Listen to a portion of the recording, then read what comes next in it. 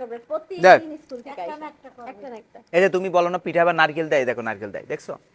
না আমরা আবার চিতই পিঠায়, পিঠাতে হ্যাঁ নারকেল তোমরা দিই খাইতে না। বোঝো না, এতে নারকেল দিতে হয়। ইস, নারকেল দিলে মজাটা বেশি হয়। ইস, এই যে আমরা খাইতে বুঝি না।